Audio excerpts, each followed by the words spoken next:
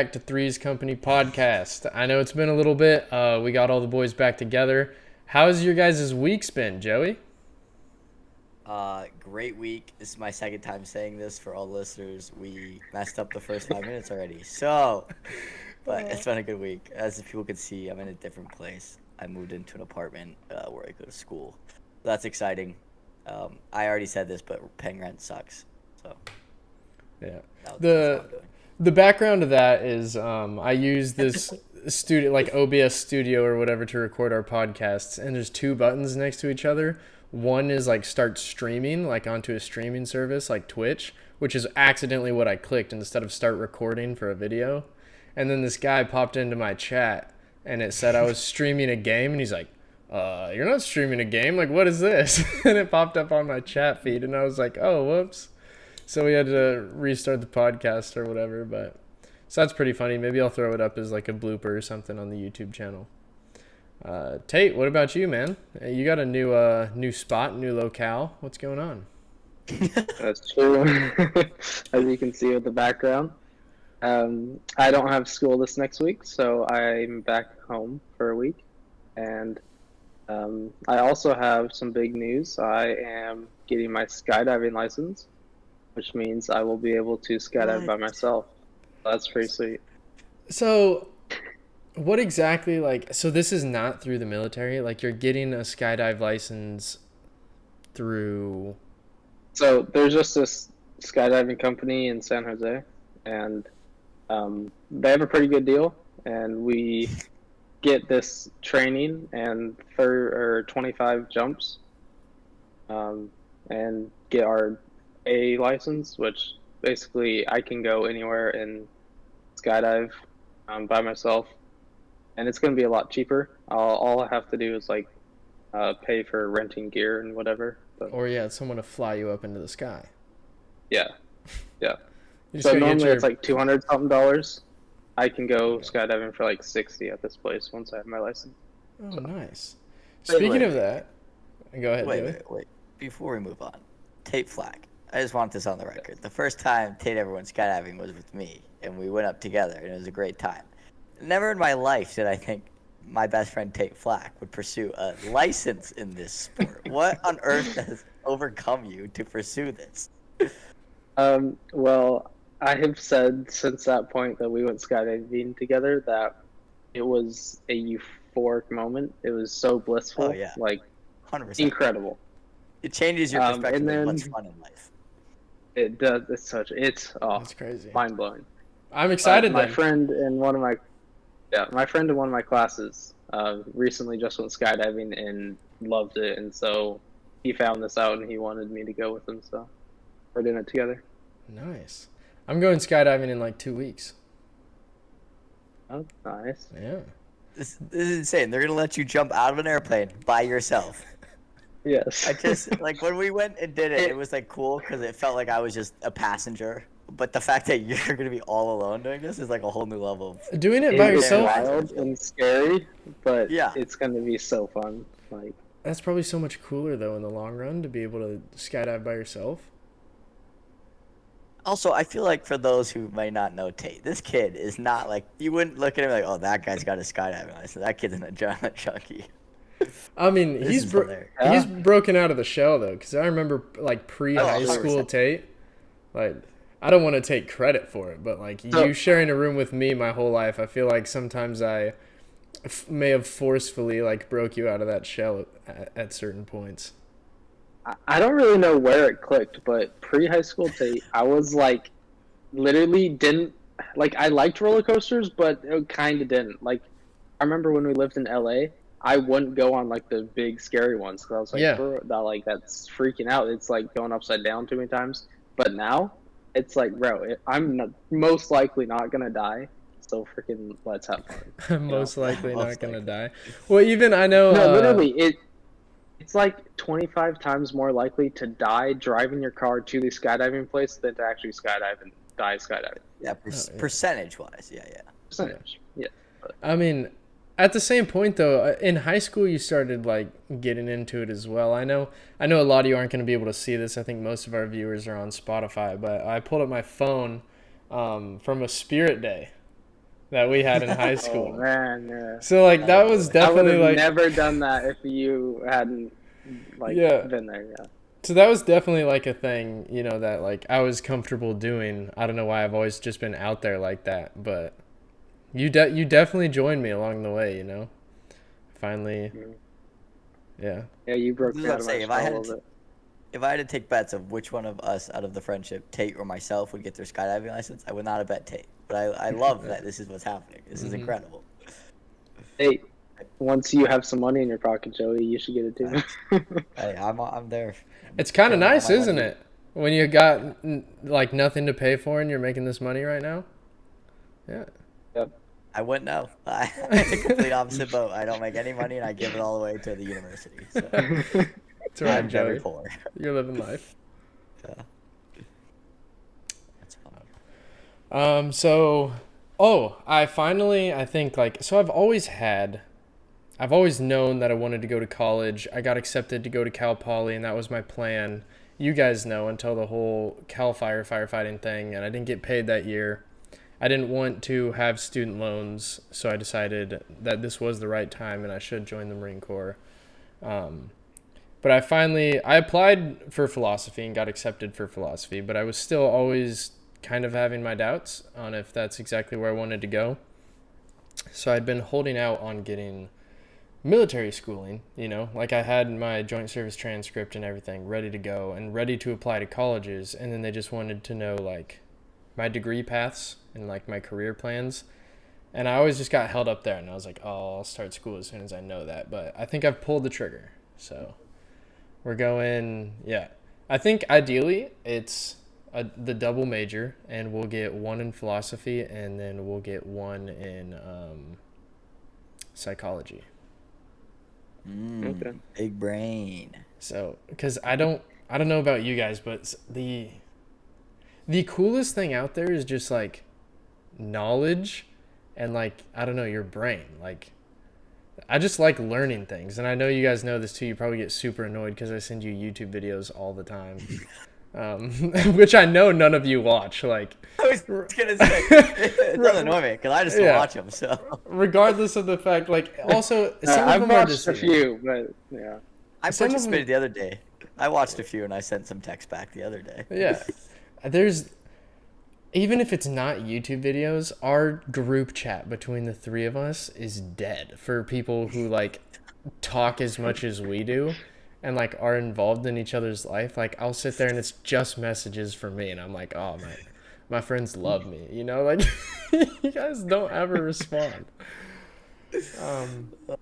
That is the deadest group chat in the history. Oh, of For three people who are as close as friends and as like lifelong friends as we are, there is not much going on in that chat. No. It would not be a good representation of our actual friendship. Mm-mm. But Tag just text, hey, podcast tonight, and just dead silent. no, yeah, I can never organize a podcast with you guys. I try for a week without any responses. Like, these guys aren't even responding. Even hours later, it would be fine. And then Joey's like, if you tell me a time and a place, I'll be there. I was like, okay, podcast tomorrow, 6 o'clock or whatever. Hear nothing, and then the day goes by, nothing. I'm like, well, that didn't work. Like, It's so hard. I don't have a schedule. The only schedule I have is like my class schedule, but other than that, there's no routine to my daily life. yeah, you can at least respond and be like, oh, I don't know. Yeah, that works. But yeah, so we finally got one together. But here we are. Yeah, so I was going to talk about a couple of stuff. Like, this is some of the stuff that, like, I love. So... Wait. Before we move on, back to your degree. Have you taken a philosophy course before? Not exactly. Not like an actual philosophy designated course. No. Because I took a philosophy course last semester and did not like it, which I thought I would. Maybe I'm not saying you won't. I'm just saying because it was more the theory based. It also frustrated me a lot because it talked about like pragmatism of truth and like the free will argument and like that kind of stuff. And I know you like that kind of stuff, but I got very frustrated by it because to me it was all theoretical and there was actually no answer. It was all like you just discuss it, but you can't ever come to a solid conclusion because at the end of the day, it's just your. They're all theories and stuff, but it's critical thinking, and it's like it's involving your brain. Like, I like that. So, But are you going to college, or are you just gonna start taking classes in the military? well, I can't go full time in the military, so I can at least start taking classes. I have close to an associate's just with like all of my elective credits, and I don't know if any of them will actually count because I have a lot of fire science stuff, and some other things that are kind of scattered, and I know different things will want you to have a majority of your credits focused on your actual major or on whatever. But I'll try and utilize as much as I can. I'll have a associates after this semester. Nice. Big brain. Thanks, boys. But yeah, anyways, really cool. I guess we'll start with this one. I didn't add it as a flak fact, but inside of the building, I've started this thing called a flak fact. And like, it's kind of like, it's like a message board, and I'll go on there every week. And I started it with like flak fact number 1, and then I wrote the flak fact and flak fact number 2. So I'm on like 17 now or something. And some of the things I find out are too long to be able to talk about, but it's just one of going down, my YouTube rabbit holes and stuff. And the way we discovered like zebras camouflage was really cool. Because think about it, like, is the zebra camouflaged? No, like what's in the savannah? So you got like lions, you got other stuff, and they have these grays, they have these tans, like camouflage blends in with its surroundings. That's why tigers have the stripes, or like cheetahs look like a part of the grass, different stuff. That's why they're camouflaged in that way. But a zebra doesn't make any sense. Like, it's bright white and black contrast in this savannah. And it doesn't make any sense. So they were trying to do research.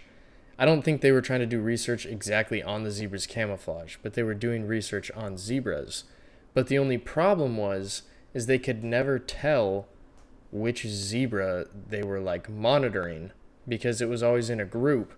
And when they were running around and stuff, they would lose which zebra they were tracking because they all go in their herds. So they decided to put red, like they got red paint, and they went up to them and they would like mark them with red paint on their butt, like as they were driving by or whatever. So they could always monitor those zebras, those 15 zebras or those 12 zebras, however many they marked. And they didn't know why, but they kept marking the zebras, and all of the zebras would die. Like, all of the zebras they marked died. So they're like, this isn't working. I don't know why. Like, let's put a collar on them. Maybe that's different. Then we can track them. We can see what they're doing. So they put the collars on them, and all of the zebras that they put the collars on died. And they came to the realization that the same way they couldn't tell what zebra was what, when they're all together in a herd and they're running, all those stripes and zigzags, like, you lose what you're looking at. You know what I mean? You lose your prey. You lose your prey. So the animals all have to focus. Like, if you've ever seen it, they're pack hunters. So the hyenas, the lions, or whatever, they always choose the animal with the injury. Say there's one with a limp, or the baby, or something like that, because it's the easiest to track.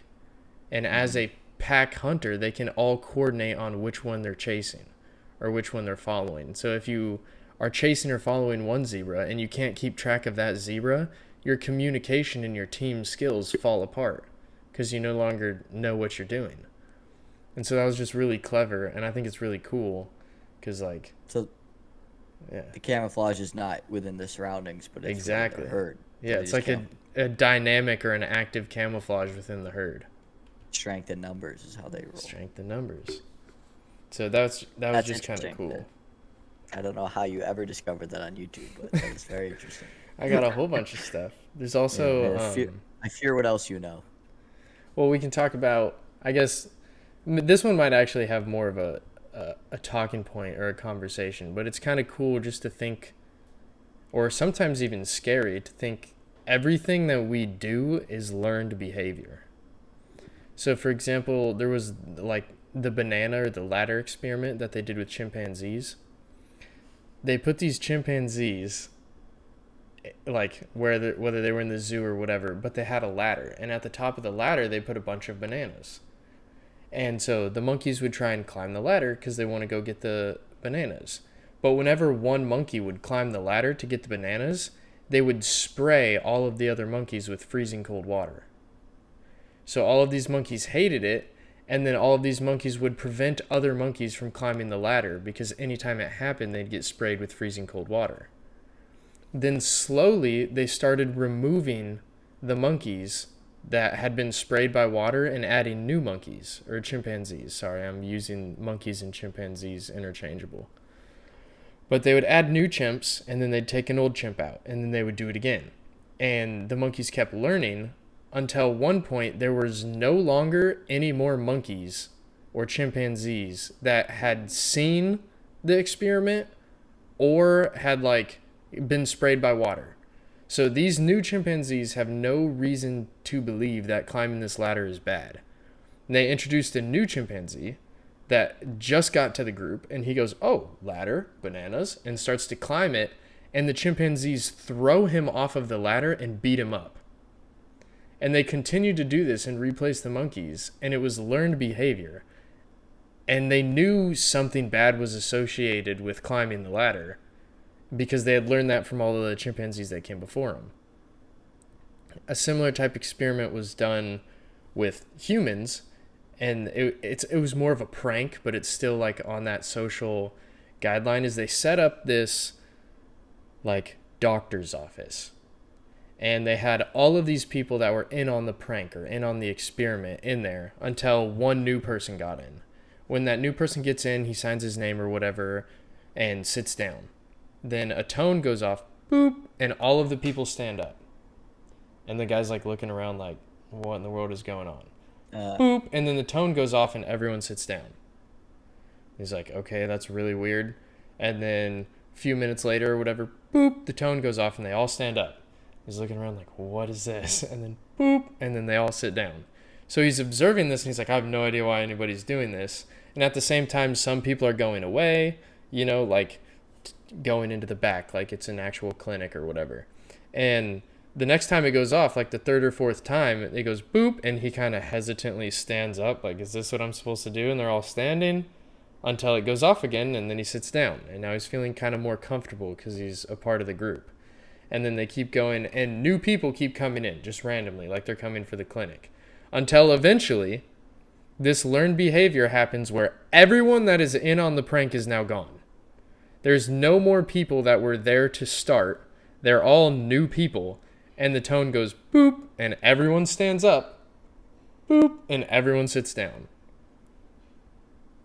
And there's no reason for it other than that other people were doing it. Groupthink. It's just follow the herd mentality. Yeah, but that's so dangerous to think about. Like, well, if you think about it, we're living it right now with all these masks everybody's putting on and using their brain. Or COVID, whatever it may be, you just always have to think like, just be careful that, I don't know, there's propaganda. I don't know. It's just weird to think that humans are so influenced by things and we might not even know.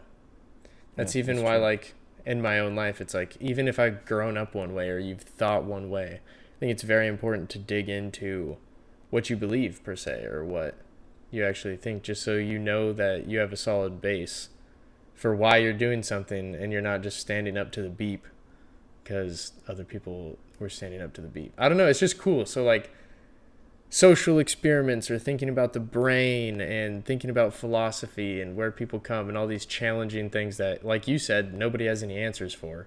Or the class was just kind of conjecture and thinking. There was no, like, this is the right answer. I think that's kind of cool to use your brain and think critically. I think it's what separates us apart, like we've talked about. Like, the only reason humans as a species have gotten to where we are now and are not demolished by nature's hardcore metal stuff out there is because we have a brain and high intellect. It's true. It is.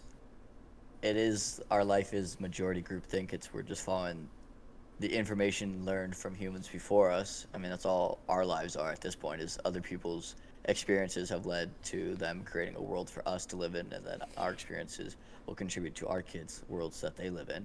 But it just takes one or two people to break the norm of society, and then, like, the person, like Elon Musk, he's like, yeah, I'll go to the moon.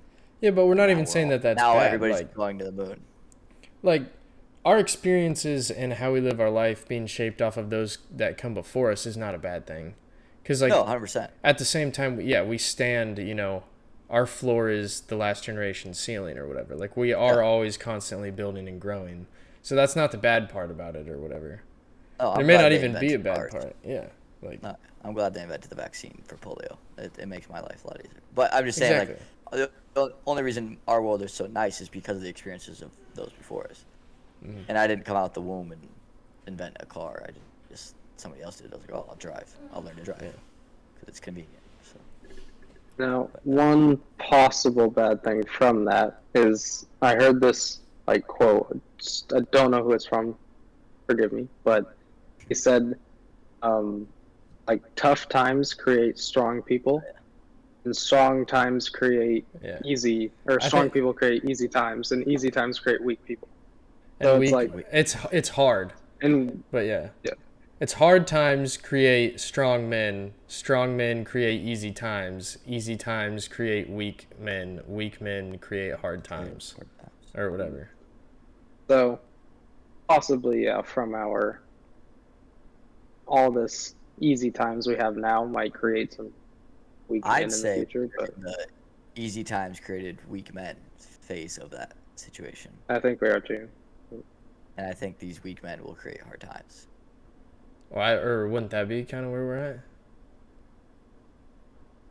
at? Times are getting tough, but I don't. Or in between. Yeah. I think it could get a lot worse than what it is now. Yeah. I hope it doesn't, but I feel like it could. On a quick little shift of the. I think we talked about it in the messed up version, like in the beginning. You said a lot of football. Or whatever, and I was like, oh, we'll get back to that. But now I see your Liberty Flames above your door. How's your team doing? You had like we are 3-0, baby. We are dominant. Go Flames. We just played Old Dominion yesterday, beat them. We played Troy week before that, beat them. Forgive me, I don't remember who we played the first week, but we beat them. So. Were any of those teams? I'm sorry. It was pretty funny. My girlfriend's here, and she was on the bed, and she crawled so that she wouldn't be in the podcast, and then went up on the other side. Anyway, what I was going to say, were any of those games that you thought you should lose, or like were challenging games, happy you won, or were you kind of the favorite going into those three? We were predicted to lose against Troy. So we were the underdog. We beat them pretty handily. And then this week, I think we might have been like a little bit of a predicted to lose or just projected to win. And we ended up killing them. It was like 42-10. So we just killed them. Nice. But we're an independent. We're not in any conference yet for football. But we're a very good independent. So we're ranked number 26 right now. So we're not in the top 25. But hopefully we get another win next 26 week. Is still good. Where is it? Are you D2? No, we're Division 1. We're just independent. We're not in a conference. Oh, okay. Like we're not in the Big Ten or SEC so or nothing. We're just I'm a huge into the college football scene right now. I've always kind of been in it. Well, yeah, in and out of it. Number 4 right now. Well, yeah, but I've been with them the whole time. You know what I mean? Yeah. And that's what I was going to talk about. That was huge. We come into this game, second game of the season, we play Ohio State. Ohio State is the number 4 ranked team, and I was like, if we're gonna do it, like we need to do it. Weren't they number 3 at the time? Yeah, because we're number 4 now. No, I think they were 4, but then Clemson lost, so their rank shift. Yeah. You know, so I think they were 3 when we played them, but huge. That was such a huge win. It was a great game, and we were dominant in the first half. Yeah, like there towards the end, I got a little scared, you know. But I was like, oh boy, you know. I was like, come on, we gotta hold this out. Like we've been doing so well. We started with the first touchdown. We had like a 3-touchdown lead at one point. Such you guys look good too. Like we looked good, and we were missing 2 of our star defensive players. Really? Yeah. Going into that, they stepped up. That was beautiful. And major credit, I think his first name's Antonio, but Antonio Brown, that's the QB, right? Pretty sure. I don't. Now I sound. I'll look it up. But anyways, he was so calm, cool, and collected, like to start the game. Like that's a lot of pressure. But this dude just was dialed in. He was there, and he was making the money passes. I know this week. What do you say? You guys got that new head coach, didn't you? Fairly like within the last 3 or 4 years. Pretty recent. Yeah, and we just played Stony Brook. Granted, I don't even know who they are this week, and we beat them 48-7. But that was good. Come out like that, show that we're still dominant, you know, because our first win, we didn't win by like a resounding majority. You know what I mean? So it's like, oh, we kind of need to have a better showing. But also the jerseys, man. I'm still just in love with the jerseys. Like the jerseys this week, yeah, we got the yellow looking good out there. Michigan finally moved up the rankings. We're number 19 now after this week. We killed. I don't know who we played, but we killed them 63-10. It's Anthony Brown. My bad. I knew he was A Brown. That was but he's on his senior year. So if now's the time to hit the playoffs, just because. Do you think you'll be able to hold it all the way through the rankings? Oh yeah. Through the end. We're gonna mess. Biggest game left on your schedule? We have to mess up, you know. Like we still have some hard people and we'll have some good games, but we kind of have to mess up to ruin this shot for us. Well, because we're gonna play UCLA, who's a top 25 team, and then we're going to play. Oh, they dropped out of the rank. Oh, because they lost again. Utah lost again. Did they? Yeah, but they were ranked as well. So realistically, Utah and UCLA are. Yeah, but we always have a difficulty with that rivalry game there at the very end against Oregon State. Yeah, Oregon State. That's everybody's rivalry game. Everybody sucks. Oh, Colorado's a decent team normally. I mean, yes. So there's still some good I mean, we play Stanford. Like they're not ranked, but Stanford can show up, you know. I would not be surprised if we have if there's 5 very good teams and they have to kick one out. I wouldn't be surprised if Oregon's like number 5. Well, you're a Pac-12 team. They always do that, yeah, because we're a Pac-12 team. But But this is the year that we can't get kicked out. If we go undefeated and beat a top 3 team, win our conference, like we're ranked number 3 right now. I agree. If you win out and you don't lose, you'll get in. We I'll be so. That's the only thing I hate about college football. Is like the 4 team. Yeah, the conferences and the weird like. You know what they need to do, is they should take the winner of every conference, and then do it like it's a video game or any double elimination tournament, and start a double elimination bracket. Like number 1 plays number 6, or let's see how many total conferences are there. So there's the Power 5. There's the 5 conferences. That's what I thought. So we don't have a 6th. But did you see the Big 12 is losing Texas and Oklahoma to the SEC? Well, then give the first one a bye. Give the number 1 ranked team a bye, and then stage the other players and go double elimination. And you still have 3 teams at the end.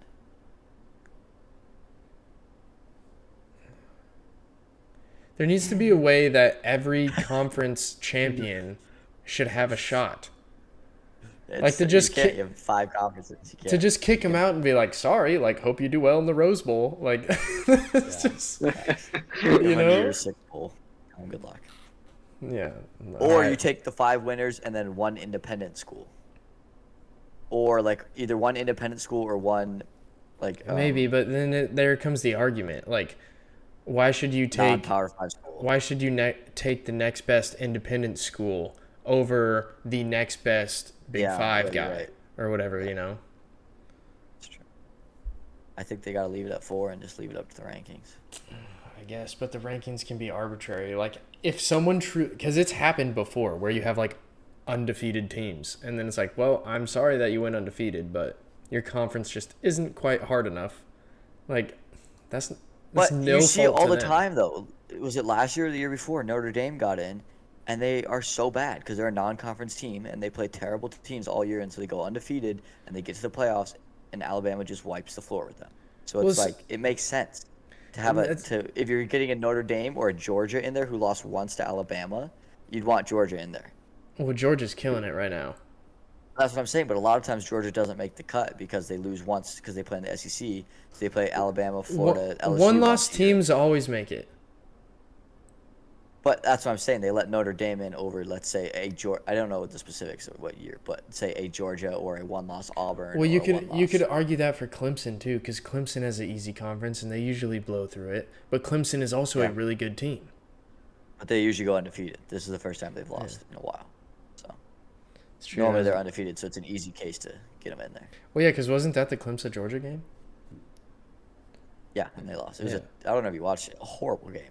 One of the lowest scoring games. I've Well, it was a seen. very low-scoring game. I know I have a friend from Georgia who's like full on Georgia, so I saw that the game ended like that, and he said it was a great game, like super defensive or whatever. But I didn't get to watch the game. I just saw the low score.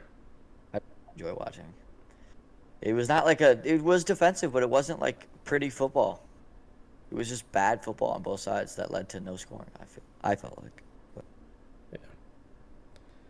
Well, I know family's over, so I know Tate's back. Probably wants to get some time with the family.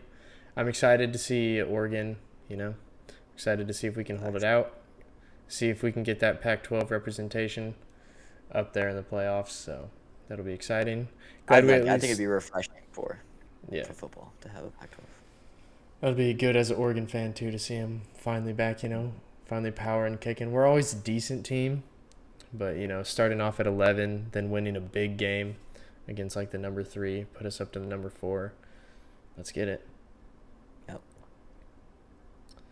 Alrighty. Thanks for tuning in, guys. Thanks for watching another episode. Thank you guys for taking time out of your apparently very busy schedules so that we can record this podcast.